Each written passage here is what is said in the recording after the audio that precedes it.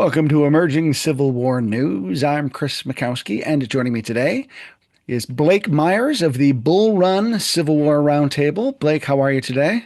Doing fine, Chris. Great to be with you again. Always a pleasure to have you. You've been a really great resource for us as you've kind of kept us up to speed on what's been going on with data centers near the Manassas battlefields. And recent news has come out that it looks as though things are now free and clear for the time being.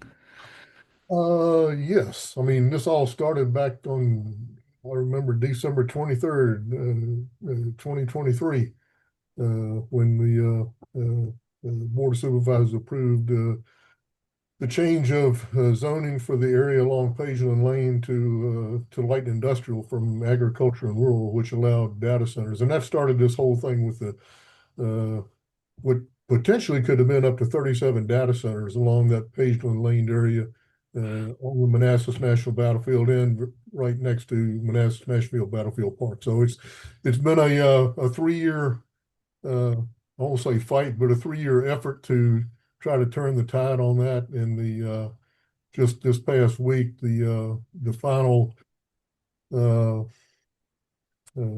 data center developer QTS dropped their appeal of the court ruling.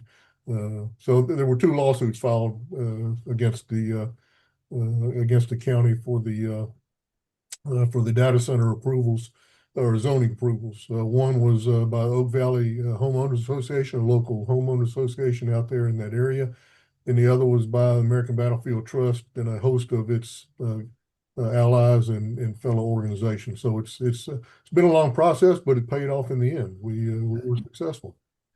And I understand that Prince William County had actually given up its appeals of those decisions, and so it was really just one final appeal at the Virginia Supreme Court that was still pending.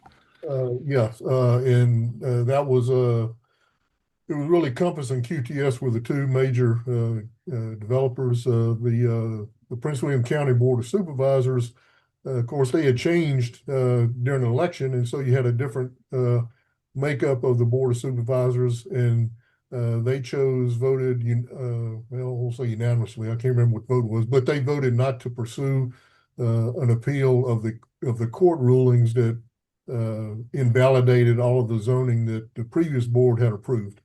The Compass and QTS continued to carry those cases forward. They were appealing.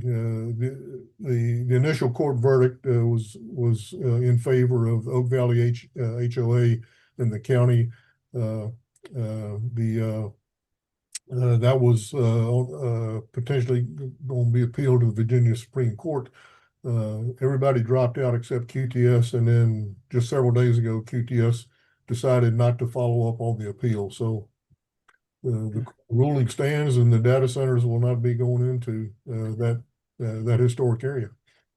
Do me a favor and kind of take us back to kind of basically ground zero for the moment, because we say data centers and people sometimes have a knee-jerk reaction to it. But why is it that data centers can be so problematic on the edge of a historically sensitive landscape like Manassas?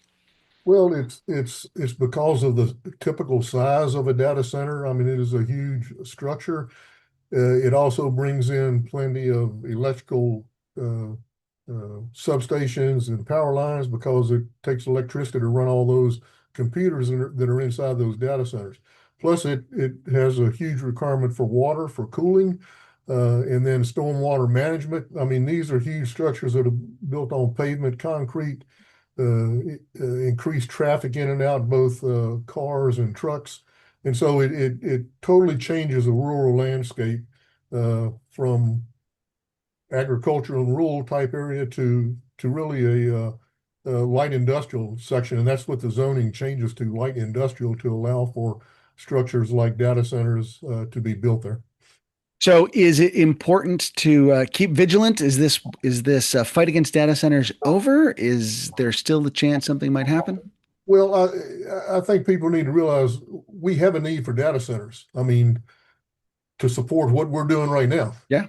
Yeah. And everybody's smartphones. I mean, those things don't run by magic, and it's the data centers that allow us to do communications and computer work and smartphones and all this stuff that we have today. So there is a need for data centers, but like everything else, it's location, location, location, and where you put them. And the things that they bring with them, because they don't run on their own, they have to have power to run those huge things. They have to have ways to cool them off.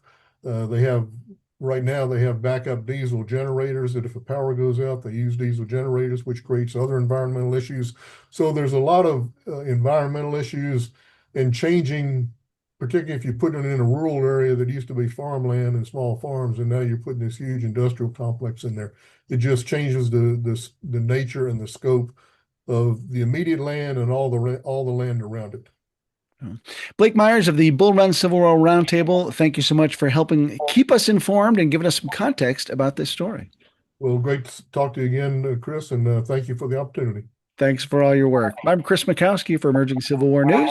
We'll see you online and on the battlefield.